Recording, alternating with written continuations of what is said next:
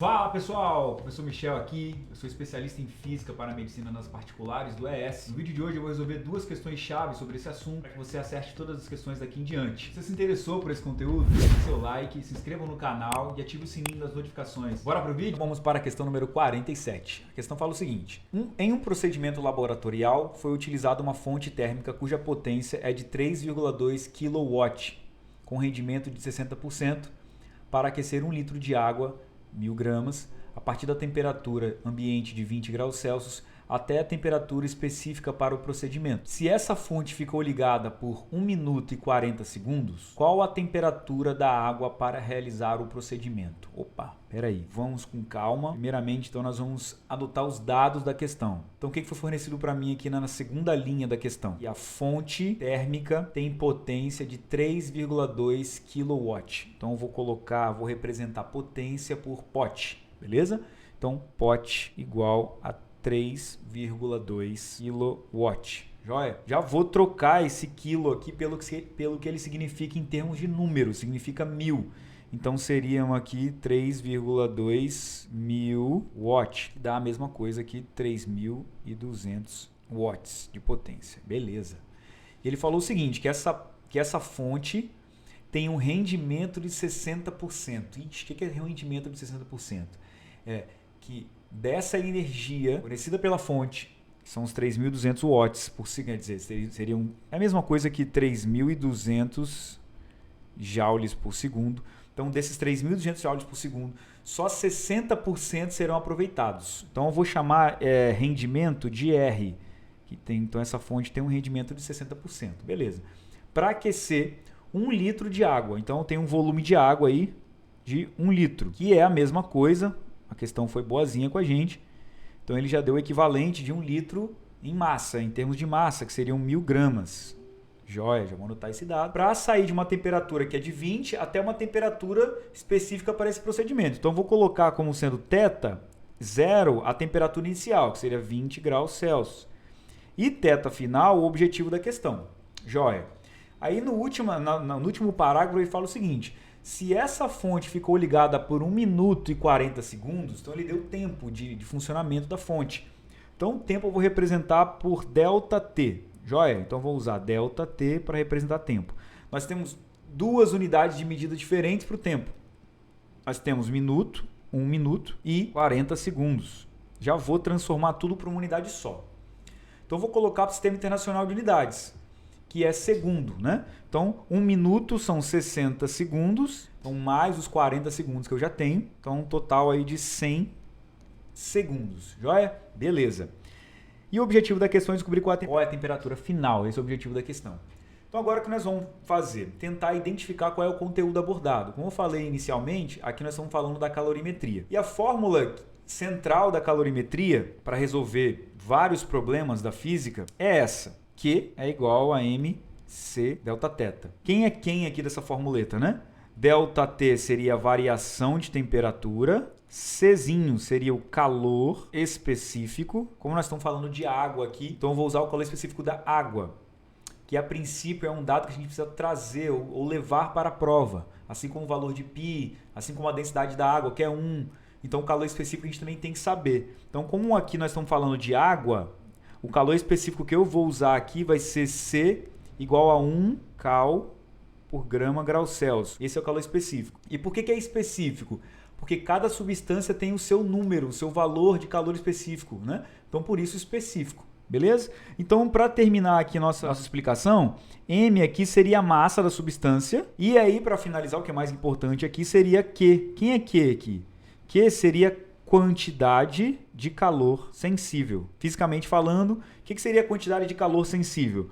A energia para mudar a temperatura de alguma coisa. Então, essa fórmula aqui, basicamente, ela calcula a energia necessária para você conseguir mudar a temperatura de alguma substância. Então, eu preciso saber energia, massa, calor específico, e dentro do ΔT tem o que é o problema, o objetivo da questão, que é descobrir qual é a temperatura final. Joia? Por que eu vou fazer? Durante 100 segundos, eu vou transferir a energia com um aproveitamento de 60%, E, obviamente, então, esses 1.000 gramas de água vai receber essa energia, vai mudar de temperatura e vai atingir uma temperatura final, que é o que eu estou querendo descobrir. Então, eu vou resolver de forma central essa questão utilizando essa fórmula aqui. Agora, o que eu preciso saber agora, inicialmente, para aplicar na fórmula? Quanto de energia vai ser fornecida pela fonte durante esses 100 segundos? Então, eu poderia fazer o quê? Uma regra de 3. Só que eu precisava saber inicialmente, ou precisava ter inicialmente esse conhecimento aqui. Qual o conhecimento? Que 3.200 watts é a mesma coisa que 3.200 joules por segundo. Joule é uma unidade de medida de energia no Sistema Internacional de Unidades. Então, o que essa fonte faz? A cada segundo, ela transfere 3.200 joules, ela transforma 3.200 joules. Então, como eu tenho 100 segundos, eu farei uma regra de 3. Ou, né, sendo um pouco mais terninho, gravata, né, sendo um pouco mais enjoado, digamos assim, nós poderíamos calcular essa energia utilizando uma fórmula que relaciona energia e tempo, que é a fórmula de potência. Então, se eu usar essa formuleta aqui, eu consigo relacionar energia e tempo. Lembrando que eu estou em busca da energia para a gente adicionar nessa formuleta aqui, de adicionar a massa que nós já temos, o calor específico da água e finalmente encontrar a temperatura.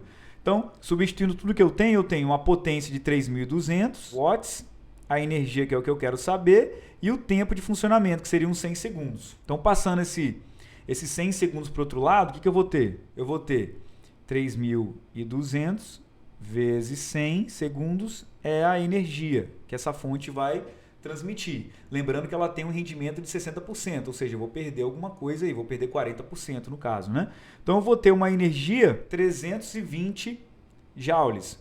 Só que eu tenho que retirar a perda, né? Então eu tenho que calcular quanto que é 60% de 320 mil. E essa vai ser a energia que eu vou usar. Então a energia que a substância, no caso a massa que vai absorver, seria 60% dessa energia que eu acabei de calcular, que é a mesma coisa que multiplicar os 320 mil por 60 dividido por 100, joia? Que me dá um valor aí de 192 mil joules, joia?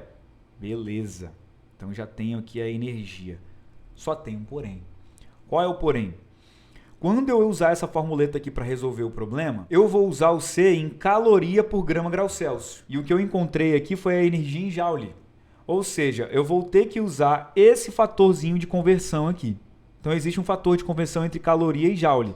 Caloria é uma unidade de energia fora do Sistema Internacional e joule é uma unidade de energia também, só que no Sistema Internacional de Unidades. Então o que eu preciso fazer? Agora eu vou bolar aqui uma regrinha de 3 rapidamente para poder transformar 192 mil joules em caloria. Então eu vou fazer o seguinte, ó, eu sei que uma caloria é o equivalente a 4 joules. Então quantas calorias eu vou ter se o valor em joule é 192 mil. Então, resolvendo essa regrinha de 3 aqui de vermelho, ficaria o seguinte, Q vezes 4 é igual a 192 mil, passo 4 dividindo, 192 mil dividido por 4 é igual a 48 mil. E agora sim nós temos o valor de Q em caloria. Então, eu tenho 48 mil calorias. Joia? Beleza. Então, agora nós já temos o valor de Q. E eu vou aplicar agora na minha formulinha amarela aqui e vou resolver esse problema. Joia? Então vamos lá. Q é igual a MC vezes Δθ. Abrindo o Δθ aqui, como sendo a variação de temperatura. Então, na física, delta, qualquer coisa, é sempre temperatura final menos temperatura inicial, fecha parênteses. Substituindo, então, tudo que eu tenho, vou ficar aqui com 48 mil de um lado. A massa da substância, 1.000 gramas. Então, você vem aqui nos seus dados, que você anotou, por isso que é muito importante, já não preciso de ler o texto novamente.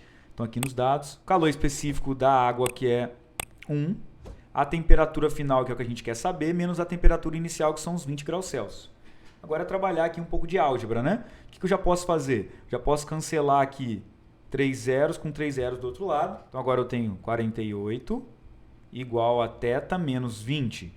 Passando 20 para o outro lado, para isolar a letra θ, como o 20 está negativo, ele vai para o outro lado fazendo o contrário de subtrair, que é somar. Então, eu vou ter uma temperatura final aí de 68 graus Celsius. Resposta certa, letra C. Então, agora vamos para mais uma questão, questão 47. Analise a seguir o esquema de uma usina nuclear. Então, nós temos aqui uma usina nuclear que gera energia a partir do calor de um material radioativo que emite vários tipos de ondas eletromagnéticas, inclusive as ondas de calor, que são responsáveis por transmitir a energia térmica, é claro, né? Por isso são chamadas de ondas de calor. Então, eu pedi para a gente dar uma olhada no esquema. Então, temos aqui um esquema, né? A parte onde fica o material radioativo, ó, núcleo do reator, barras de combustível, beleza? Tem a parte da turbina, que é onde eu transformo energia cinética, energia mecânica, né, do gás aqui, do vapor de água, em energia elétrica. E aqui eu tenho a redistribuição. E aqui a gente tem um sistema de refrigeração dessa usina. Agora vamos para os itens da questão. Então aqui embaixo a gente vê o seguinte, ele fala assim: nas usinas nucleares ocorrem algumas etapas para a geração de energia elétrica. Por exemplo, 1.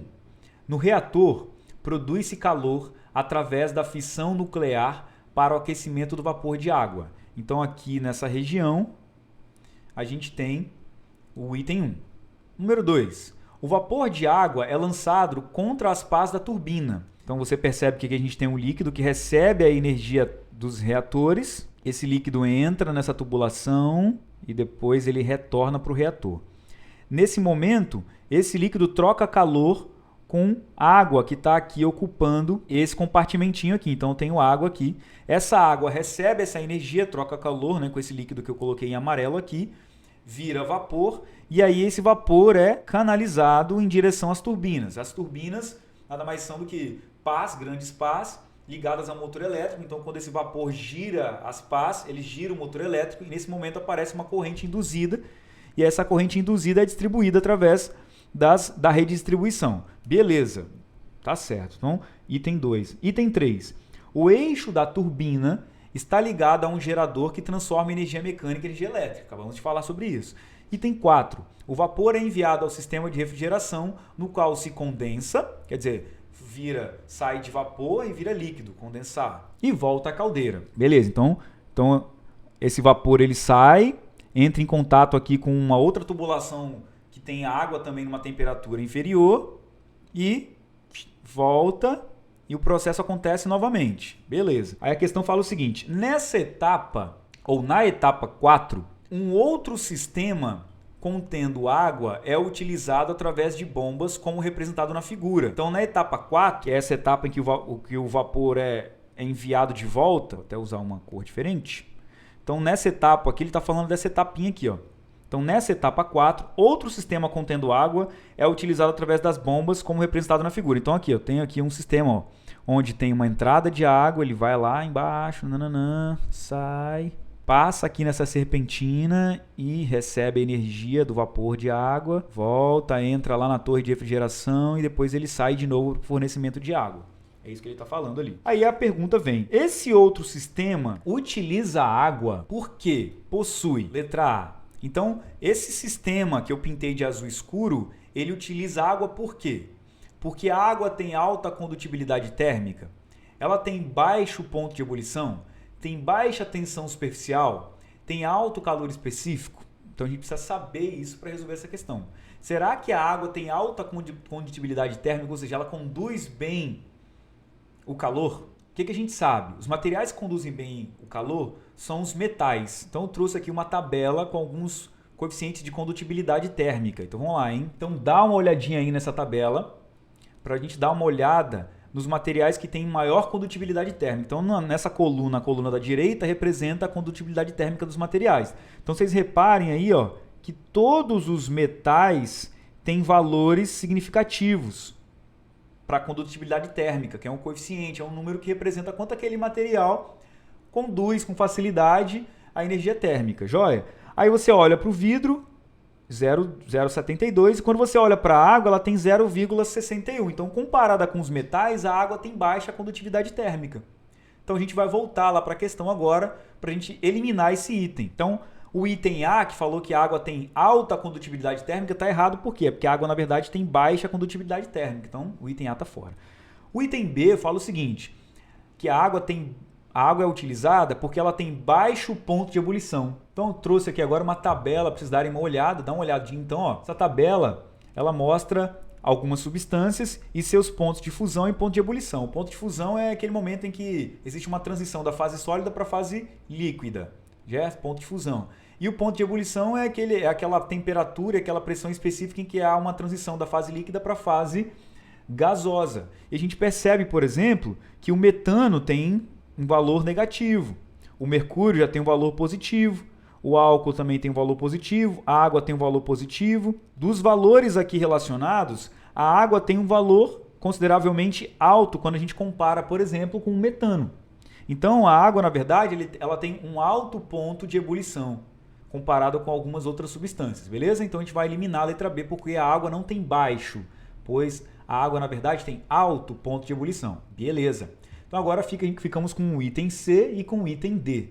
Então, o item C fala o seguinte, que a água foi utilizada ali porque ela tem baixa tensão superficial. Pessoal, tensão superficial é a que proporciona, por exemplo, um mosquito pousar na superfície da água. Será que isso tem a ver com o fato da água estar presente numa usina? Então a gente já elimina essa letra C porque ela não está coerente com a ideia da questão. A ideia da questão fala sobre trocas de calor ali, enfim, né? Então a tensão superficial não é um fator para a escolha da água como um material que vai receber a energia térmica ali do vapor de água, certo? Beleza. A gente fica então com a letra D. Trouxe também uma tabela aqui para a gente dar uma olhada no valor de calor específico. Então, a água tem alto calor específico, por isso que ela é usada. Vamos ver se ela tem alto valor específico mesmo, hein? Analisando a tabela, você dá uma olhadinha aí, ó, nos valores, calores específicos. Então, a gente tem acetona, que tem 0,52, a gente tem areia com 0,2, a gente tem água com 1, cobre. Então, quer dizer, dos valores listados nessa tabela, a água é o que tem um maior calor específico. O que significa ter um calor específico alto? Calor específico, por definição, é uma grandeza física que está associada à energia necessária para você variar a temperatura de uma substância. Então, quanto maior o calor específico de uma substância, mais energia eu preciso dar para mexer na temperatura dela, certo? Então, significa o seguinte, que a água precisa absorver muita energia para variar a sua temperatura de 1 grau Celsius. No caso, ela precisa receber 1 caloria para cada grama de água variar 1 grau Celsius. Ou seja, eu tenho que colocar ali uma substância que precisa de muita energia para variar a sua temperatura, certo? Então, ela tem uma capacidade, um poder de absorção de energia térmica alto. Então, por isso que a água foi escolhida para fazer parte do sistema de refrigeração dessa usina. Joia? Então, nós temos como resposta a letra D. A água é utilizada porque ela tem um alto calor específico. Joia? Tamo junto, pessoal. Aquele abraço!